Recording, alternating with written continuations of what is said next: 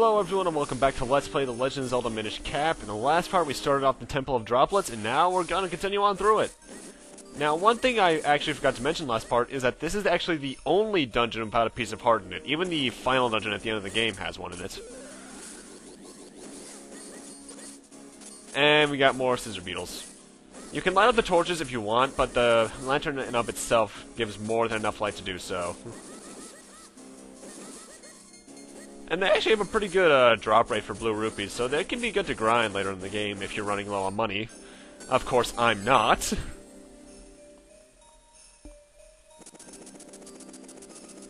And this room. This is actually a very unique gimmick in the game. This room, you have to actually light up torches in order to proceed.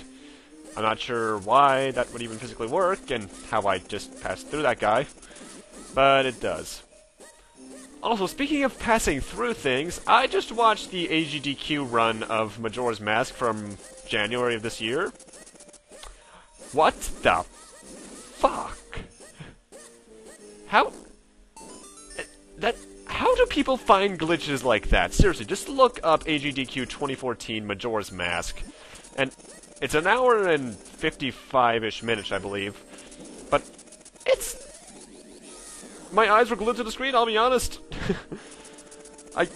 As a guy who's a big fan of Majora's Mask, finding out all that stuff and just seeing it all happen is just incredible. Why? I need to watch AGDQ from now on as it happens. Especially if there's any possibility of a Zelda game being in there, because even though this is the first game I'm getting to in the series, and we've been on for probably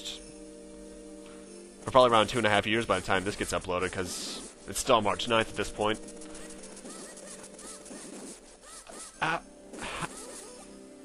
Seriously, how?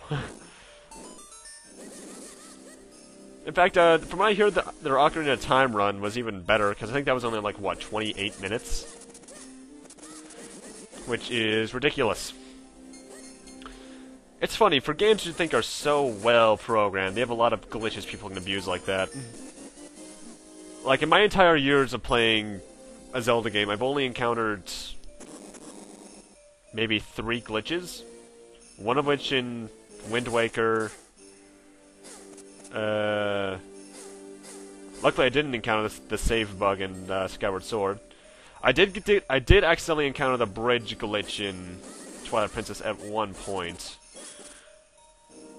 And obviously the aforementioned Pal Bridging glitches in this game. Yeah, that's it, about 4 or 5 glitches total in the Zelda franchise. Mind you, that's not counting intentional glitches that I would do for an Link to the Past speedrun. Huh. There's always one thing the programmers miss.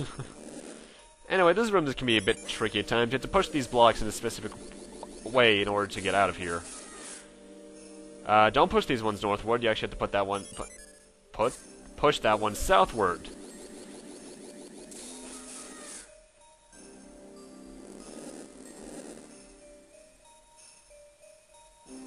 You gotta push that one down one block, and you have to push the final one, which was actually technically the first one, to the right a block. You know, there's always just been something I've been fascinated with a grid layout like these games have, panel layouts more accurately. I guess tile would be more accurate because they're called environment tiles. This, the Oracle games, all games I love, and they all use that, and I've always been fascinated by it. Mega Man does something similar, sprites aside. In fact, a lot of games do that, don't they? Unless they're 3D. I think most 2D games do in general. Anyway, there's 2 ways you can do this section. But either way, you have to get yourself and your split personality thing onto a switch, and you have to use a block for the third one because yeah, we can't split in 3 yet. Nudge, nudge, wink, wink. Hint, hint. Sparkle, sparkle.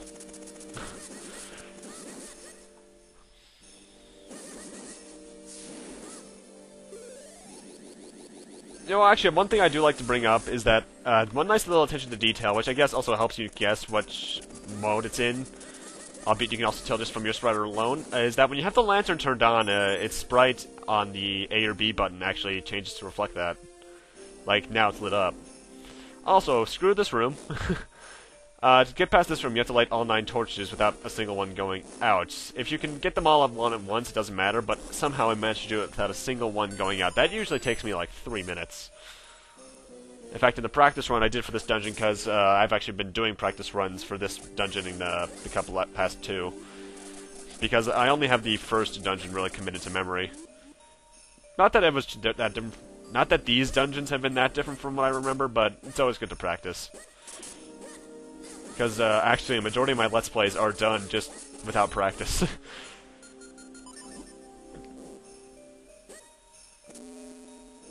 I don't even... And the thing is, I know a lot of people actually need the practice in order to have it fresh in their minds. I can just go through and play. Oh, great, another matter pillar. Or 2 matter pillars!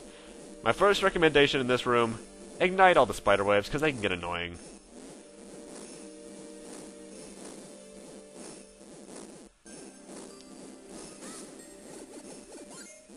Oh, I can just barely reach that guy.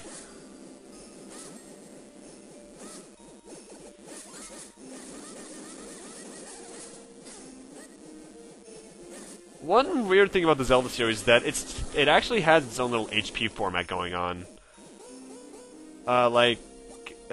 More accurately, sword strikes have their own different powers, obviously. Like, the spin attack is 2 at the first shot and such. And because of that, it's strange, but in later Zelda games, the damage counts for bosses can be really high, but at the same time kind of low. Like, Twin Mold in Majora's Mask only has 20 HP per Twin Mold itself. Because, you know, there's 2 things in that fight. And that always kind of weirded me out, because it felt like, since it's an RPG I'm playing, I should be doing it in the thousands, but that's my Final Fantasy fan speaking now, isn't it? And now we can push this final switch.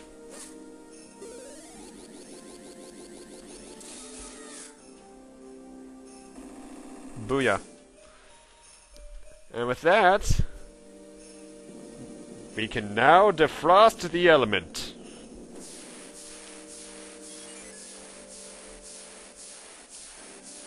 Yay, dungeon beaten. That's right, no boss or anything. We did it, Link. Now we can take the element.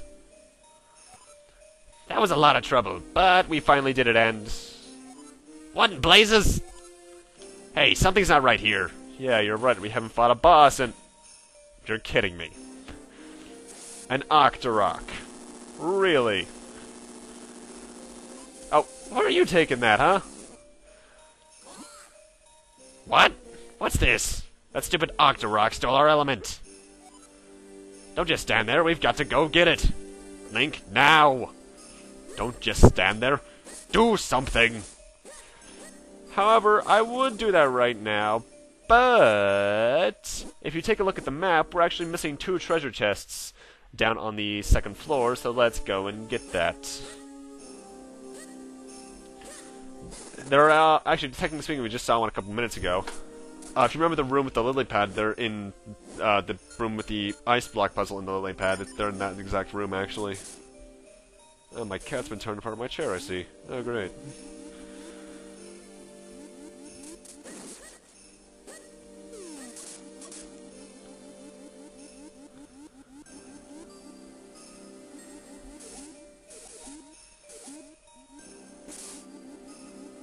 And the lily pad, by the way, you'll automatically fall on top of if you go off this lolly fall?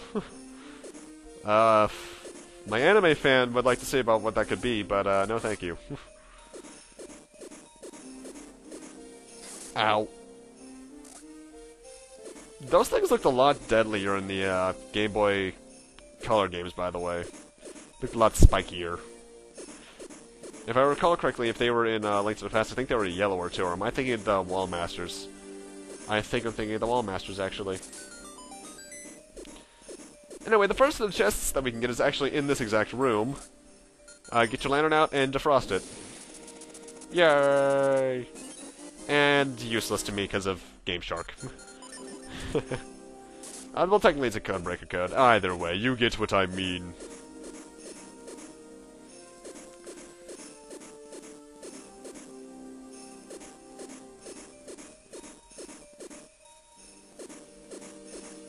Also, one thing I'm surprised I haven't taken notice of is the fact that the lily pad's sprite actually does rotate slowly if you use your gust jar on it well enough. That's a weird attention to detail I've always liked. Anyway, what I'm doing here is a bit of a shortcut. Instead of backtracking to the castle, hold Start, Select A and B, and you'll actually soft reset the game. Which is why Eslo started talking there for a moment. That was just normal select dialogue. And now I can just load up the game at the entrance and go right down to the boss. I've always loved doing little soft reset tricks like that. So let's fight this bugger.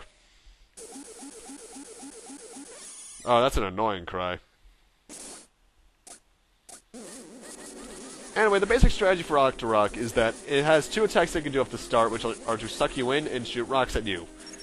Slash the rocks it throws at you, back at it, and it'll be damaged. And during the second phase, which is when it's on ice, you have to light its tail on fire, and it'll then crash into the walls a couple times. Rinse and repeat 3 times. Needless to say, though, I do like... This is actually... If you're not prepared enough for it, this is actually one of the most annoying bosses in the game, and I find that kind of ironic considering it's the Octorock. You know, the easiest enemy in any game in the series, especially the 2D ones. Although I'm glad they brought this design back for these games, because the way they looked in Ocarina of Time and Link to the Past just kind of disgust me.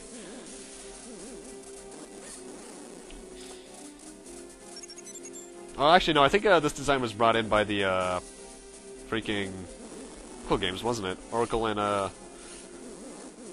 freaking, Link's Awakening.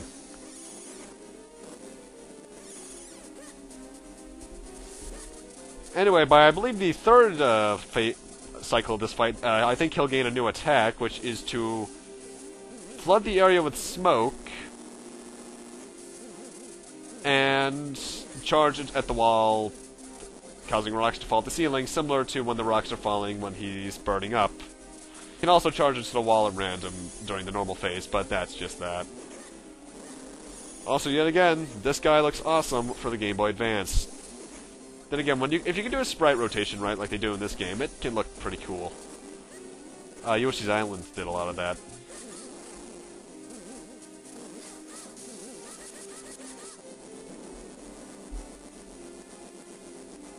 Although I still think the best looking thing on the Game Boy Advance, just because of how I'm surprised they were able to pull it off, was the cutscenes in the animated cutscenes of that, mind you, in the Game Boy Advance version of Kingdom Hearts Chain of Memories. That just looked amazing.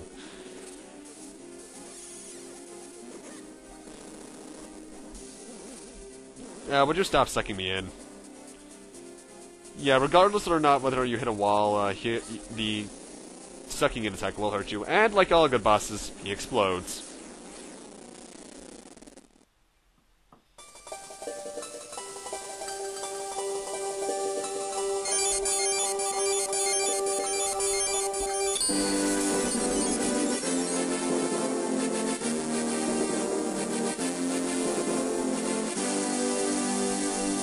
You got the water element.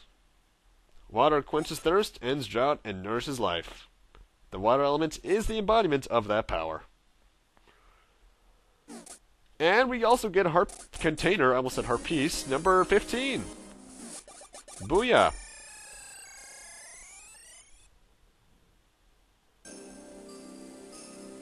And I also love the way this looks, just how you exit the dungeon. You have to press A to exit the dungeon once you're in that little beam of light, though. I almost froze my beak off in there. What?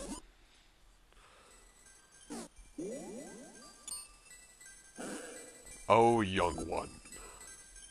Child who seeks thee to aid the Princess of Hyrule. My name is Gustav. I was king of Hyrule countless ages ago. Stands before me. Only then will the path open to you.